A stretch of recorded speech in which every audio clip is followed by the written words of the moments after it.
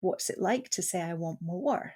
Yeah. Because it's not even just saying I want different, it's saying I want more. I want more of me out in the world. I want to experience more of me. I want to be more self-fulfilled, self-expressed, self-evolved. And even using all those self words, we're Yeah. told that's selfish. Like, Totally. you're not Totally. only are you asking for more, but you're just talking about yourself. How selfish are you? But Yeah. but we Yeah. only have our own lives. Hello and welcome to the 50 Shades of Gender podcast. We get curious about all things gender, sex, and sexuality, as well as relationships, feminism, the inclusive kind, mental health and kink, and all that makes us humans unique and diverse. From body positivity to body dysmorphia, it's all welcome here. If you like what we do and want to make a contribution, you can become a patron on Patreon. Visit patreon.com/50 Shades of Gender or buy us a coffee. Links are on the website. Now, join us on a journey of inclusion, acceptance, and respect. I'm your host, Esther Lemons. I am a cis queer woman, and my pronouns are she and her. In this episode, I have a conversation with Anna SANSOM, a writer, author of erotic fiction, and also author of the book Desire Lines, which is a combination of memoir, erotica, and an invitation to reflective self-inquiry. Anna's pronouns are she and her. She experiences herself as genderqueer and feels herself to be gender responsive. Find out what that means to Anna in this episode. We also talk about the energetic space between people, being responsive versus being reactive, how boxes can be constricting as well as expansive, playing with gender and sexuality, reclaiming the word dyke, self-healing through sexual experiences, liberating ourselves and writing our own story, pursuing desire, and why it's more than okay to want more out of life. It was recorded on the 22nd of October 2021. Now let's get into the episode. Hello and welcome. What's your name? My name is Anna SANSOM. Hello, Anna. And let's talk about your gender experience. Let's jump straight in because you've given me some really interesting labels. Where would you like to start? So I would love to explore a new term that I think you and I kind of concocted together when we were Yeah. talking it before, Yeah. which is a notion of being gender responsive. Mm. So when I think about my gender, generally speaking, I don't actually. I don't think much about my gender. I just am. Like, my gender Yeah. is Anna. Like, I don't know any Mm. other way of experiencing my gender, Mm-hmm. really. So I just kind of take it for granted. But I guess the distinction comes when I'm with other people. And I've Mm. noted this particularly in queer community. If I'm in a room of very femme presenting people, I kind of feel myself to be more butch. And if I'm in a room of butch presenting people, I feel myself to be more femme. And I feel it even more pronounced when I'm with straight, cis, femme women. Mm-hmm. So my experience of my gender seems to shift and kind of, I wouldn't really call it gender fluid, but I would call it responsive, because it Mm. responds in some way to the people that I'm with. And Yeah. I guess I'm quite fascinated by this because, like I say, a lot of the time I go through my life not really thinking about my gender as being something, I guess, like a separate entity that I can actually think about. Mm-hmm. But then I'm struck at these times when I'm with other people that I feel differently, like I feel differently within myself. And so that's where my curiosity lies at the moment. Mm. Yeah, it's such a personal journey. And I think most people have probably never even thought about gender in a personal context because we get assigned a gender at birth based on our genitals. And then we Mm-hmm. kind of, wear that for the rest of our lives. Like most of us do that until we start getting curious, I guess, about it all. And then you can decide, like, yeah, that is actually right for me, or actually, oh, there's a lot more there. Let's play with that and get curious about it, which I love. And I really like the responsive thing. I can kind of relate to it in a way. How would you say that differs, if at all, from the dynamic I'm just thinking of, which is obviously different, but for some reason I'm thinking about it, is like a dominant submissive, because it's kind of are fitting together, like two dominant people together, wouldn't, Mm, that wouldn't be a very good dynamic, would it? It wouldn't fit. The space in between that isn't. It's like two north poles of maybe a magnet. You need a north pole and a south pole to mm, click together in a way. mm, That's kind of how I'm thinking about it now. Do you have any mm. thoughts on that? Yeah, I mean, it's really interesting you use that example because in kink terms, I would describe myself as a switch. Mm. So maybe this is like a responsive thing as well in me that Ah, yeah, that yeah. I kind of have this capacity to be influenced, but I say that in like inverted commas, like in a Mm. consciously influenced way, Yeah. by somebody else's energy and Mm-hmm. by how they are presenting themselves. So in that scenario you've just described, like if I was with somebody whose energy was very dominant, if I was attracted to them, then my energy, I know, would become more submissive. If I wasn't Mm-hmm. attracted to them, I would choose like which energetic space I wanted to inhabit, like whether I Mm-hmm. wanted to stay in my dominant space or be more submissive.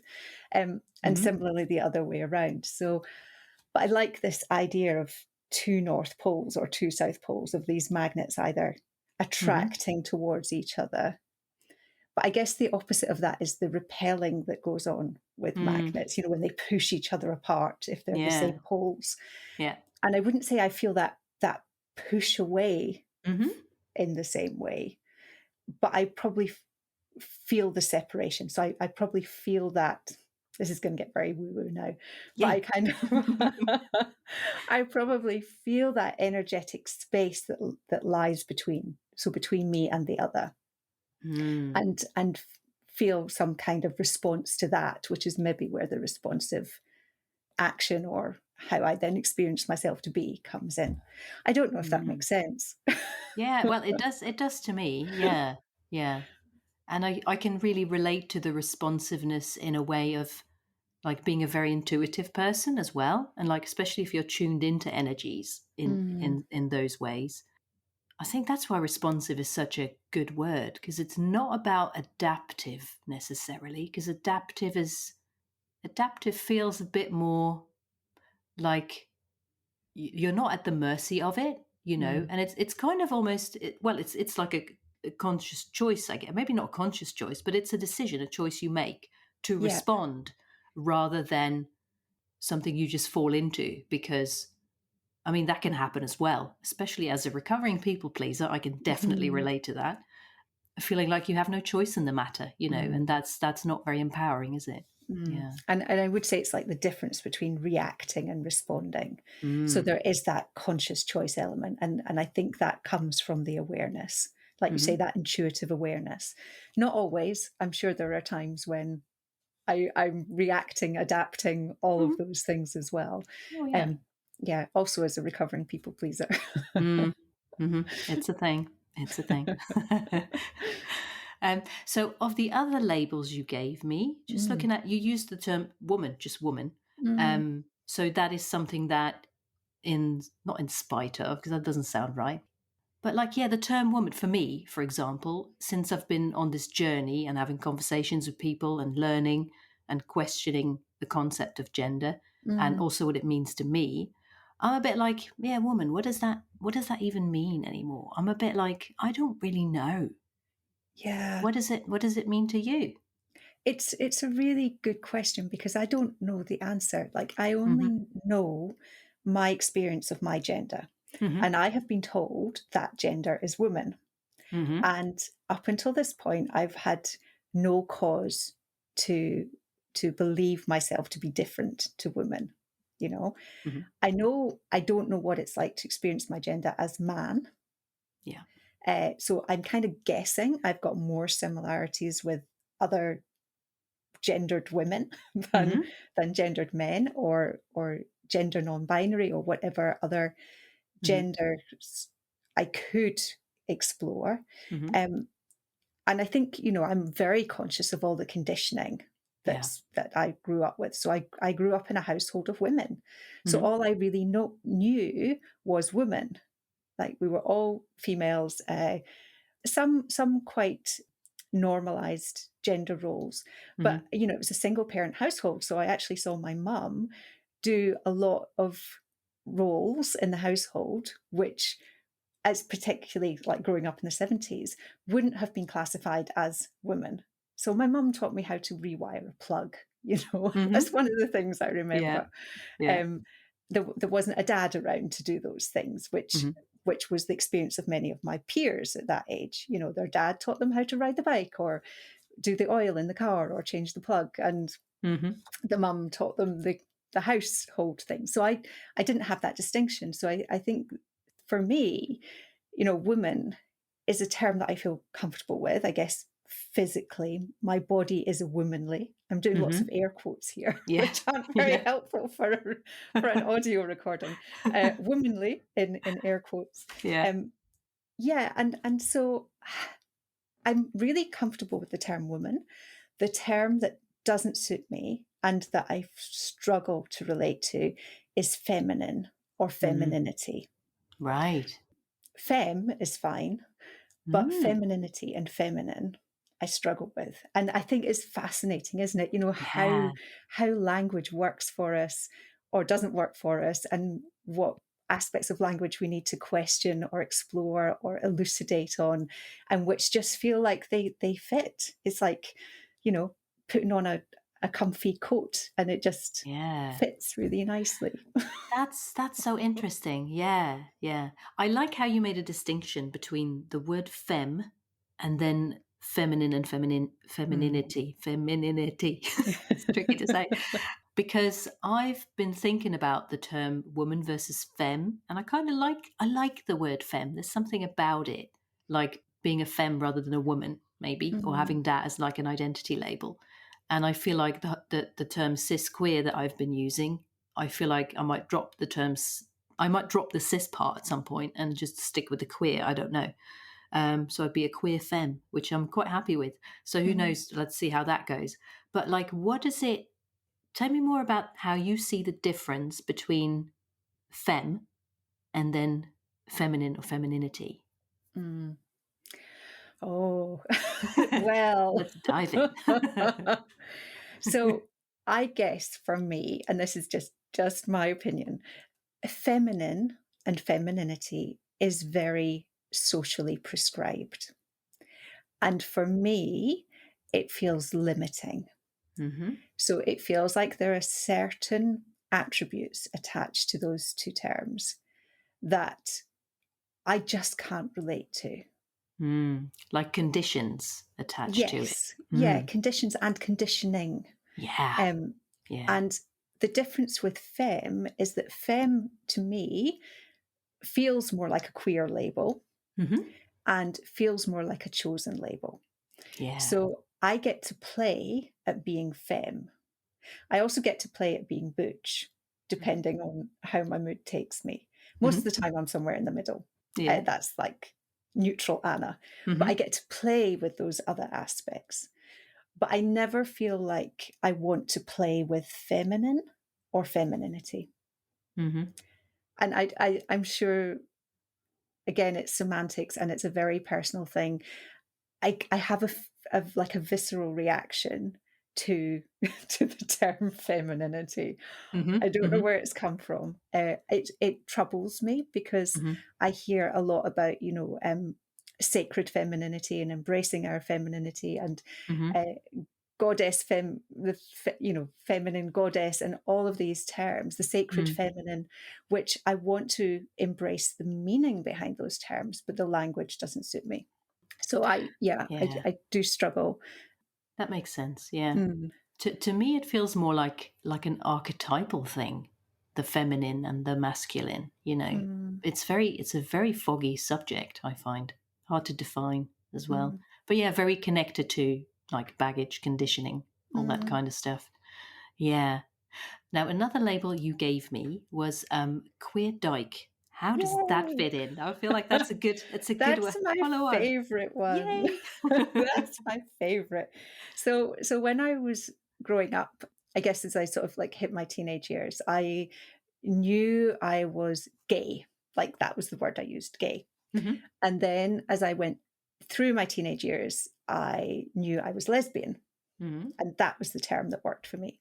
And then as I kind of got to my early 20s, I became a dyke. Right. That was the word that worked for me. Like that just encapsulated the kind of the the strength and the subversiveness of my sexual orientation. Mm. However, then I had to kind of own up to the fact that not all of my sexual attractions were towards other women. Mm. So dyke, I felt like I was kind of cheating the term somehow, like I wasn't a gold star, gold star lesbian, Yeah. gold star dyke. Yeah. Yeah. And so I needed something which was more expansive, less boxing in. Hmm. And so I really embraced the word queer. However, I don't kind of want to discount or deny the like I said, like the strength of that knowing myself to be lesbian, dyke, gay, whatever those other words were. Hmm. So now I've kind of settled on queer dyke, which as I say, I love that term because it feels to me like it encapsulates both the strength, the experiences, and the potential for future shift and expansion. So I never feel constrained by it. It feels like an Mm. opportunity rather than a constraint. Yeah, that's so interesting how some boxes can feel constricting and some can feel expansive and liberating, right? Yeah. Wow. So interesting. I feel the power behind like when you talk about that term and the label and Mm. how it feels to you. Yeah, Yeah, absolutely. absolutely. And I grew up, so as a young adult in the 90s, having people shout at me, "Oh, you effing dyke," and that kind of Mm. thing. It's like, yeah, I'll take that word. Thank you Mm. very much. I Yep. will reclaim that one. Yeah. That feels powerful to me, and there Yeah. is power in that word. And similarly with queer. Hmm. So put them both together, I Nice. can. I'm invincible. Yeah. Earning the cape. Yeah. Yeah. And I'm thinking of super dyke. Anyway, so I'm sure that's a thing. Um, the other term that you use, that the word queer appears in was Mm. genderqueer, which is another label Mm. that you use. So just to veer back to gender a little bit, how Yeah. does that how does that fit in for you? What does that mean to you? Yeah, I think this is partly where I said, I can play with femme and I can play with butch identities. So that's kind of the queerness of the gender of my gender experience as well, I guess, that it's not, yeah, it's not I wouldn't say like categorized or constrained, but I don't know. I mean, I love the term queer. It's such an opportunity for me to consider Mm, things to be queer yeah, because it just feels like it keeps the door open, like it keeps yeah.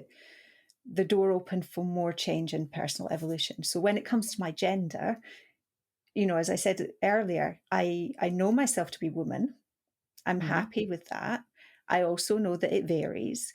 So I can't, in all honesty, like say I'm never going to experience my gender any differently.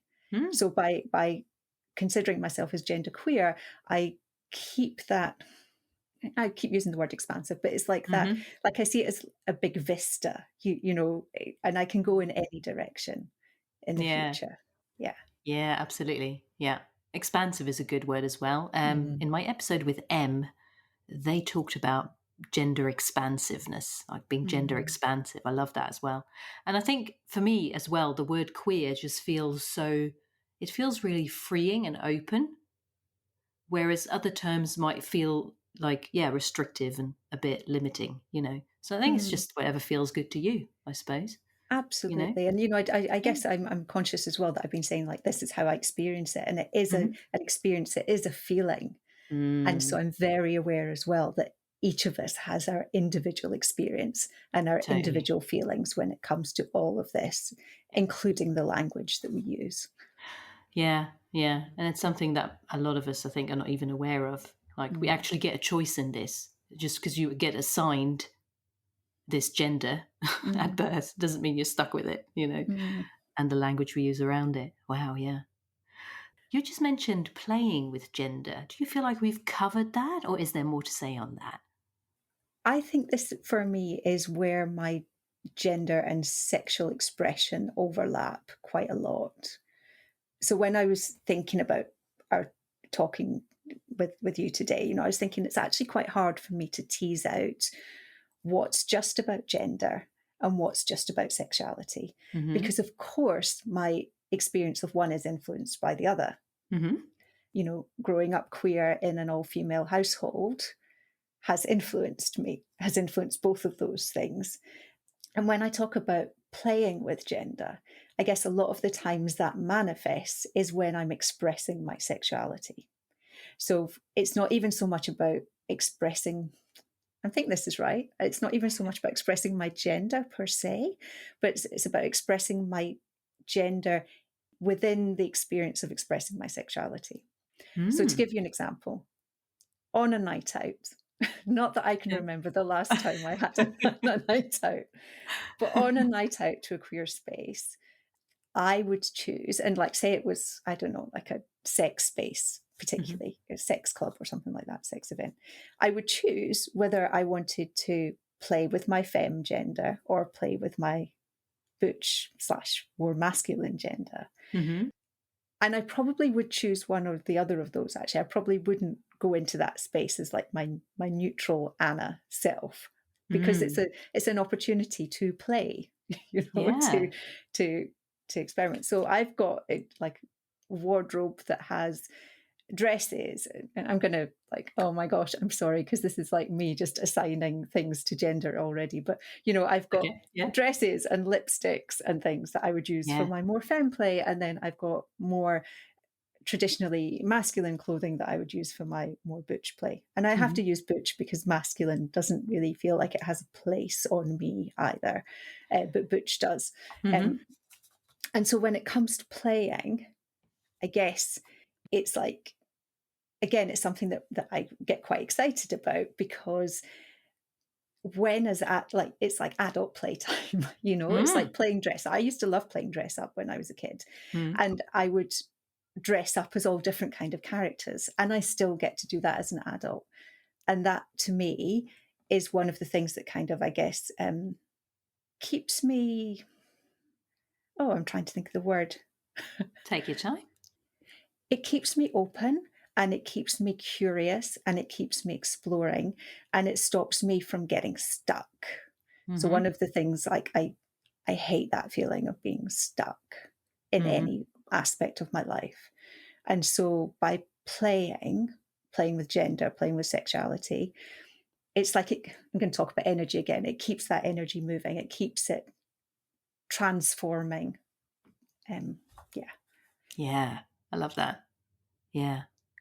Do you feel that the playfulness, I mean, I guess it's like a facet of your identity, isn't it? That I was talking to to someone earlier where we talked about gender being a facet of like the if you consider yourself or identity as a diamond and gender is a facet of that diamond, Mm, sexuality is another, the way we relate to people, just anything and everything about our identity is like a facet of that diamond, I guess. mm. So where was I taking that just now as I went off on my little diamond tangent? How do you feel that all comes together? I'm just thinking about your book now. You wrote a book called Desire Lines, Mm. and how do you feel you've brought all these facets of identity together in this book? I guess is my question. Yeah. Yeah. Well, when I was writing Desire Lines, so I have a background as a qualitative health researcher. And one of the things that I do is I talk to a lot of people about their life experiences, particularly Mm, around health and healthcare. And as part of the analysis of that, I look for themes. So I look for themes within individual stories, but also themes across populations, collective themes, mhm, collective stories. And when I was writing Desire Lines, I was very aware. So Desire Lines is part memoir, it's part my own story, it's part erotic fiction, and it's part questions for the reader to reflect on their own experiences of sexuality, sexual expression, choices around desire, the paths they've taken and the paths that they might want to take in the future. Hmm. And I was really aware that actually I didn't want this book to be about me. I Mm. wanted it to be about these themes of that are contained within desire lines. So, for example, the theme of exploring gender, the theme of exploring kink, the theme of shame, the theme of relationship and monogamy and conscious and ethical non-monogamy and choices around that, but also the themes around, I guess, other aspects of identity, like coming out as a gay, lesbian, queer, dyke in whatever Hmm. order. Yeah. And also sexuality is healing, our sexual selves as an aspect of our healing journey. So these were Mm. all the themes that I wanted to explore. So I guess they're kind of like the facets of the diamond as well. Yeah. And some of those stories that I share in the book are, I guess, quite unique to me. But what I always wanted to do was make those stories, those themes, or to write them in a way that the reader would see an aspect of themselves and their own story reflected in it. So I love this diamond analogy because I'm kind of seeing, those highly polished sides Hmm. of the diamond Yeah. reflecting back the reader's own story and Hmm. encouraging them to explore more of their own facets, their own journeys and themes. So yeah, so in terms of like how play fits into that, I I think Desire Lines started off quite serious when I started writing it. And I had to remind myself that yes, these are important. Well, in my mind, these are important topics, important things for us to explore, important things to have out in the open, to be able to communicate about, to have like a resource contributing to our knowledge about these things or our own opinions and beliefs. But I also wanted it to be enjoyable. And so for me, this was where the erotic writing aspect of it came in. So I've always written erotica. And it Hmm. wasn't until I kind of put the two together that actually I could talk about my own stories, my own themes, but I could also use my erotic writing to illustrate some of those, I guess, in a Mm. more like symbolic way, using more symbolism than literal Yeah. stories. Oh, Um, I love those bits. Yeah, they're really great. Yeah, Thank you. Thank especially the you. bits about Lilith. Yes, that Yes. was very. Yes. What's the word? Very. Very. Yeah, They worked. they did. um, so Yeah. yeah, so that's I guess I kind of bring those different facets of me into Hmm. my writing as Hmm. well as how I express myself out in the world physically. Hmm. Mm. Hmm. Yeah. Yeah. So desire, for example, where has that led you? Where has desire led you? Obviously, I'd recommend people to read the book and they will find out more about that, where it led you. But, like, yeah, when it comes to things like, I don't know, like lust and libido and pleasure Mm. and sexuality, sensuality, there's just so much. I think when people think desire, they think about sexuality or sexual desire, Mm. but that's not all there is to it, obviously. Mm. So I think desire has been a really fundamental part of my life, and I hope it continues to be. Like it is a key part of my psyche. And Hmm. I can't remember who said it, but I did read something fairly recently about the difference between desire and longing. And Oh. the distinction that was made was that longing is for something that you can never have, Hmm. whereas desire is for something that you could have. Mm. So again, it's just one interpretation of the words. But for me, desire has always been almost like this guide or this compass to something more or something different that I Hmm. want in my life, a different path or a different experience. And I think for many of us, even saying I want more is a really loaded phrase. Yeah. We're told you can't want more. You shouldn't want more. You should be Mhm. grateful for what you have, Yeah. and you should be satisfied with what you have. And don't be selfish now. Yes, Right? exactly. Yeah. Yeah. um, but I do want more. I do want different. Mm. Like I said earlier, the worst place for me is being stuck. If I'm stuck and bored, I'm in a difficult place. So I need new stimuli. I need, be that like physical, sensual stimuli and or emotional, intellectual stimuli. I need more. And so for me, desire is like this compass, and sometimes it's a map, and sometimes Mhm. it's just a star in the sky that I start to aim for. Mm. Sometimes there's a clear path laid out, and sometimes there's really not, and I just have to keep taking one step. Um, Yeah. but without it, how do I evolve? How do I how do I live my whole life rather Mm. than just living the life that I'm at now? Mhm. Like I want my life to change. Yeah. Some elements of it I don't, are great and they can Yeah. stay the same. And uh, Yeah. but by and large, I want it to continue to grow and evolve. Mhm. And desire is the thing that helps me to have the courage, the curiosity, the oomph, the energy Yeah. to pursue those desires or to create those desires. Yeah. And Mm, I love like what you just said about when you just said I want more, I got a real sense of like, wow, yeah. And even allowing yourself to say that. It's okay to want more. It's like mm, actually I feel like it's our natural state, like to mm. want to expand and experience more. But it is so loaded and we're so conditioned, especially women actually, and Yeah. yeah, because we are so raised to be seen and not heard, and using our voice is difficult, and there's a lot of shame around, oh god, so much going on there, right? Mm. um, and I'm sure you can relate to that kind of conditioning and upbringing yourself. So what have you done, for example, to shed some of that, to work through and like liberate yourself from those shackles, I suppose? Yeah. It's difficult. Mm. It's difficult when the conditioning is so strong. Yeah. I was certainly conditioned to give to others before I gave to myself, to make sure everybody else's needs were met Hmm. before I met my own, to to not say I want. Even as a child, we were told you don't say I want, you say Yeah. please may I have. Yeah. Yeah. I remember. Yeah. Yeah. you Yeah. know and please may I have is quite passive. It's kind of Mm. like reliant on the other person saying yes, Yeah. please may I have, yes you may, no you may not. Yeah. But if I say I want, then I'm in control of that statement. Yeah.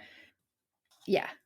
So in terms of kind of like personal liberation, unchaining myself from those shackles, Hmm. it's an ongoing process. Yeah. um yeah, I don't know what the answer is really, other than listening to those desires and Mm. listening to how it feels to deny them, and listening to how it feels to take a step towards them, Hmm. and making a decision about whether I want to be in a state of constant self-denial or self-restriction or stuckness. When I say stuckness, I picture like a boggy, like muddy. I don't know if you've ever walked through a really muddy field and your feet get heavier and heavier because they're just so clogged up with mud, and then you might step into a patch and it just sucks you in. Yeah. And Yeah. like, oh, I can feel that feeling inside me, like being sucked into one place and Hmm. being held fast. And so it's almost like, okay, so what do you do? Do you run across lightly so it never gets a chance to suck you in? Do you step out of the boots that are stuck in the mud? Do you grow wings? It's like there are all these different ways that Yeah. we can symbolically liberate ourselves from these Mm. shackles or the stuckness. And I think it varies hugely on the situation. Mm. Hmm. Writing has been a big one for me because when I write it, I feel it. And so Yeah. I can get that taste of what, like I said, like what does it feel like to deny myself? What does it feel like to step towards? And I Mm. can, that's how I tune into a lot of those feelings in myself. Yeah. So writing is obviously an important form of Mm, self-expression for you, and a facet of the diamond, obviously. Um, yeah. So do you feel like when you were writing Desire Lines, was the writing the book part of that journey? I assume it was, but like, yeah. Yeah, it really was because I started writing Desire Lines a few years before. And at that point, like I said, I thought it was just my story. And Yeah. I quickly got scared of Hmm. sharing my story. It's like, Yeah. oh, I can't say that. What will people think? What will people think? Mm. Can I really say that? Why should this all be about me? All of those kind of questions. And so I literally put it away in a drawer for a couple of years. Mm. Um, but I knew I still really wanted to express something around these themes and these stories. So when I got it back out again and started writing Desire Lines again, it was very much part of my evolution. So, in Mm. choosing the stories I wanted to share, in kind of going back through the emotional experience of some of those stories, then of introducing the Lilith character, who's really like an archetype of choice. That's how Mm. I'd see it. So, very briefly, it's kind of based on the Lilith archetype from biblical stories. And Lilith was Adam's first wife, refused to lie beneath him. And so she was banished from the Garden of Eden. Mm. And she had to make her own way in life. She had been banished from the one place that was meant to be paradise on earth. But she chose to leave it rather than stay in an environment that wasn't good for her. And Yeah. then some of the retelling of Lilith's stories are that she then goes off and meets some demons and becomes demoness and does terrible things. But of course, that version of the story was told to stop us from Mm. wanting to do it differently. It's like if you leave the familiar, if you leave the Garden of Eden, terrible things will happen. And so what Mm. I really wanted to do was retell Lilith's stories from a Yeah. place of personal empowerment. I love that. I love the background you gave and then the Mm, stories that you wrote as well. Yeah, it's mm, like if you're not subservient and don't obey, then you're doomed basically. And exactly. oh my goodness, it's just don't even get me started. Yeah. Yeah. Yeah. So to give Lilith a voice Yeah. where she leaves the Garden of Eden with trepidation, she didn't know what she was walking towards, but she knew Hmm. she couldn't stay where she was. Mm. Um, and then to have her discover this whole other world of Yeah. expansive sexuality, pleasure, choice, consent, all of these things, which are again are kind of like themes that are woven throughout the book. Mm. That felt really important to me to tell a different story. Yeah. That was Mm. wonderful. I loved it so much. Yeah. Thank you. Yay. Yeah, I mean, I would say one of the aspects of Lilith was about going into a new terrain, being in a different environment and seeing the world differently.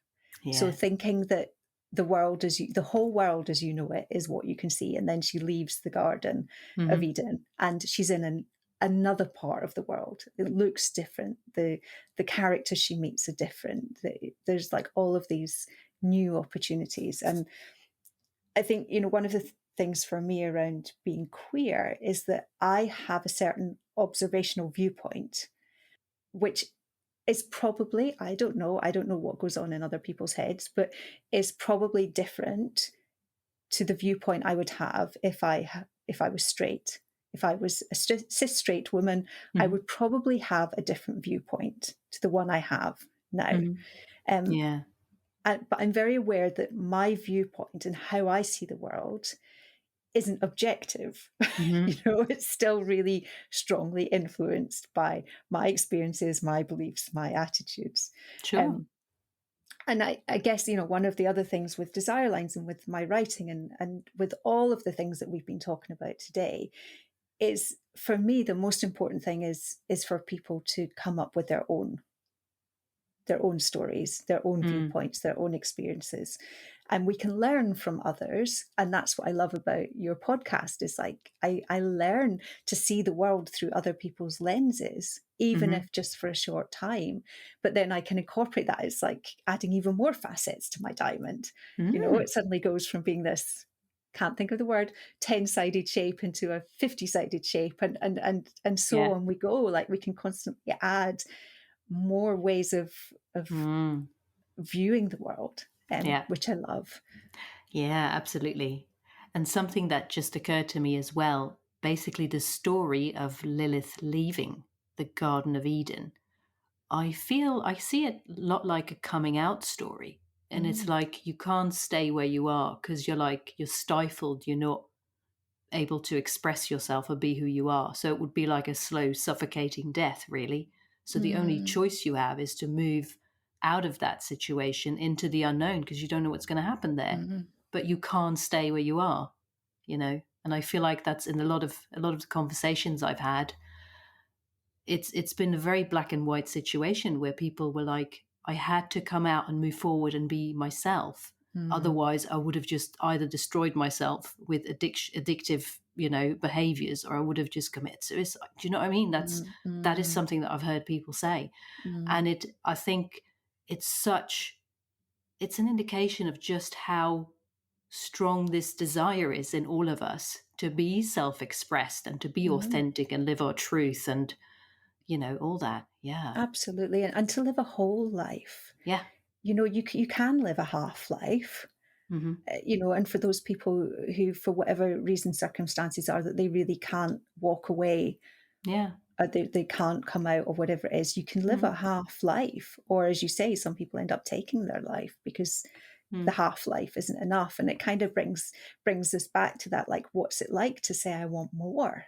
Yeah. Because it's not even just saying I want different, it's saying I want more. I want Yeah. more of me out in the world. I want to experience more of me. I want to be more self-fulfilled, self-expressed, self-evolved.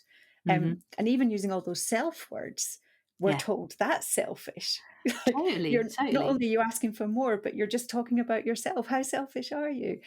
but Yeah. but we Yeah. only have our own lives. Totally. So Yeah. yeah. And I think in normal, quote unquote, conventional relationships, it is difficult for there to be space for that, I think, as people take it personal, don't they? Like, what do Mm, you mean you want more? Is this not enough? Am I not enough? mm, Then stuff like that comes up. And I think it just touches on very, very deep things that we could all do with addressing, to be honest. But yeah, yeah. And it's so good if you get to a place where you're like, wow, that's amazing. What is the more that you want? What are you leaning towards? mm. And do I want more? Yeah, of course I do. What is the more that I want? How can we sort of have more together and explore that Exactly. together, but still be on our own journeys? Yeah. Yeah. Yeah, Because of finding course the that danger balance. of wanting more is that people then fear there's less for them. Yeah, It's like, well, if you have more, I have to have less. yeah. But actually, when we're talking about things like self-expansion, self-evolution, Mhm. if I have that, I don't take that away from somebody else. Like, if anything, we can accompany each other on our own individual journeys towards that. Yeah. It's not even a goal. It's like an ever evolving state. We're never going to get there. Mhm. I'm not going to Yeah. become an evolved being. I'm not going to ascend, um, fully evolved and fulfilled and Yeah. all that kind of thing.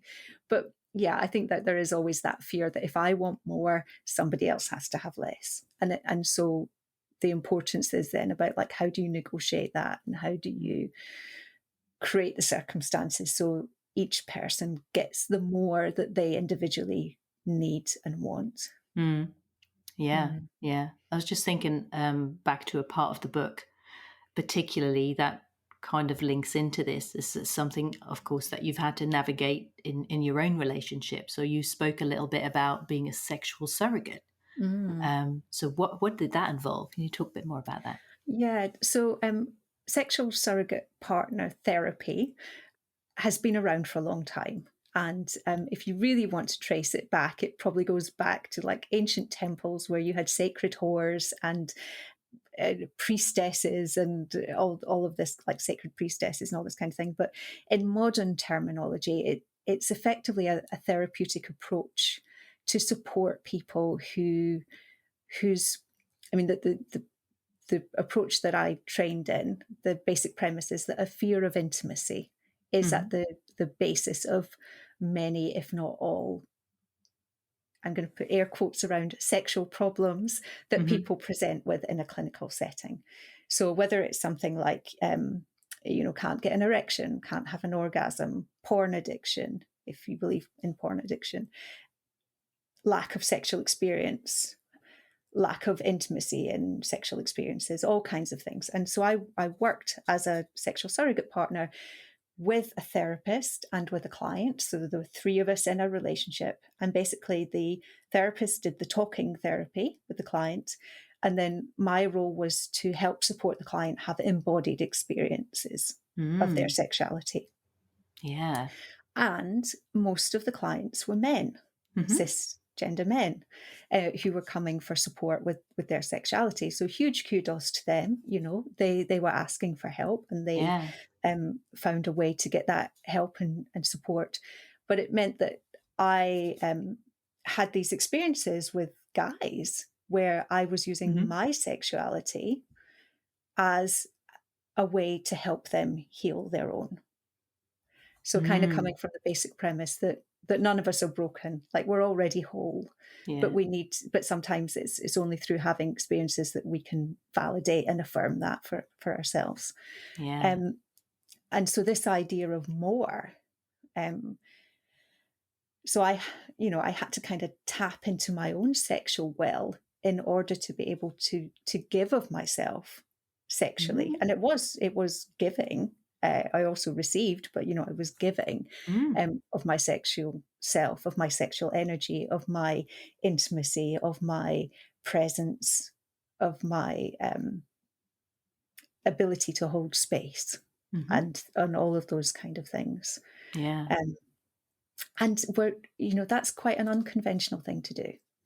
Yeah, yeah. I had not heard of it, until I read about it in your book, and it sounds like a very healing experience for the person or the people that you worked with, but also Mm. for yourself in certain ways, I guess. Yeah, and it's really interesting you say that, because when I was at the therapy centre, there was a male sexual surrogate partner as well. And he said to me, we trained together, so we knew each other fairly well. And he said, "We're all here for healing." Mm. And at the time, I said, "No, I'm not. I don't, my sexuality doesn't need healing. I'm fine." And then over time, I came to realize that actually, of course, I was there for my own healing as well. And a lot of what that experience for me was around healing my relationship with men, because Right. I hadn't had much to do with men growing up. I Hmm. wasn't particularly interested in men. I didn't, this sounds terrible now, but uh, just a whole gender, like we're just going to lump them all together. I didn't particularly like men. I didn't have any need for men. And yet here I was in an incredibly intimate setting with Mm. men, plural, one at a time, but plural men. Yeah. Um, Yeah. and it did heal a lot in me that I didn't know needed healing at the time. And I Wow. think that was also like a point in my queer expansive journey that I Yeah. couldn't hand on heart say, okay, I'm a dyke and that's it. It was like, well, no, there's more to it than this. I can be Yeah. intimate with these guys. I can love these guys. And I'm using intimacy as that wonderful, like catch-all term, but I am talking about sexual contact, Hmm. and sensual contact, as Yeah. well as emotional presence and love. Wow. Mm, Mm. That sounds really beautiful, actually. Yeah. mm. Wow. Yeah. Well, we've kind of come sort of full circle with the back to the queerness, really, which has been really great. Mm. Is there anything else you'd like to add that we haven't talked about yet? I mean, we could talk for another hour, I'm sure, but Yeah. like, ooh. I guess I just want to say, I really appreciate this opportunity to talk about gender and all of these other things that are all the different facets, and how some of Mm, them overlap and mirror each other and some of them don't, and all that kind of thing. And I think there was a little bit of me that when you invited me to be on this podcast, I felt a little bit fraudulent. It's like, have I mm, really got anything to say about gender? yeah. Have I, is my experience worthy of being listened to? Um, Hmm. I hope it is, but I think what I've kind of concluded is that everybody's story matters, and And for those of us who have opportunity or who are willing to share our stories, like, I know how much I've benefited from other people's stories, and Mm. how much I learn, and how much it keeps me open and all that kind of thing. So I guess I just wanted to say thank you to you for Mm. inviting me to talk with you, Oh. even though I don't think I've got anything special to say about gender. Oh, that's Which, lovely. don't Thank put you. that at the beginning. Like, don't soundbite that at the beginning, because then people will be like, "I'm not listening to it. She said she's got nothing special to say." Well, I think if they listened, they would be proven, that would be proven wrong. Um, yeah. Oh, that's really lovely. Thank you. And it's so important. Like you say, it is so true. It like storytelling is such an important part of the human experience, and Mm. it gives us something to relate to, and maybe also to feel independent of. And yeah, I feel similar to you in a way, like with the word queer, because I feel like I'm still in the process of embracing it. I don't feel like I'm 100% there yet, because I had a time where I was like, am I queer enough to even be allowed to use that word for myself? Because, you look at other queer people and you're like, Mm. I'm not queer in that way. I'm not as queer as they are. So there's all this stuff going on in your head and you're like, oh, I'm not sure. You just feel Mm. like, yeah, treading carefully, I guess, is not a bad thing, but it's definitely a journey, isn't it? Yeah. Yeah, and I think, it's about being respectful of everybody's experience and story for Mhm. this. Yeah. So, yeah, for all of it. Hmm. And I read a lovely thing that said, if you're even thinking, "Am I queer enough?" You are. That's right. Like, Yeah, I read that too, and then I was like, "Phew, I'm good then. I'm good." yeah. Yeah, yeah, yeah, Mm. definitely. Ah, well, thank you so much for sharing with me, Anna. Thank you. Thank you. It's been an absolute pleasure talking with you. Thank you. Yay. You can find out more details on the website at 50shadesofgender.com/Anna, where you can also read the transcript. And you can find Anna on annasansom.com, which is SANSOM, and intouchwithyourself.co.uk, as well as on Instagram at Anna_Sansom_writer and Facebook at Anna Sansom Writer. Thank you for listening to the 50 Shades of Gender podcast. You can find us online at 50shadesofgender.com, on social media, and on YouTube. Again, if you'd like to support us, please consider becoming a patron on Patreon. Visit patreon.com/50 Shades of Gender or buy us a coffee. Links are on the website. We hope you will listen again. Until then, stay curious and open minded. Do you have any questions or anything before we get going? Or are you happy to? I'm okay. I guess just there shouldn't be any disturbances, but if the doorbell goes or something like that, I guess you can edit if needs Oh, be. that's no problem. Yeah. That's no And the only problem. other thing is my cats. So Oh, they cats are they're always welcome to take part. They can they're visit. currently, there's one over there and there's one upstairs. They're currently sleeping, but Yeah. if they wake up and decide they're hungry, they might start jumping around. Oh, So that is not that wouldn't be the first time that's happened. But I always love to see the cats. I'm like, yay!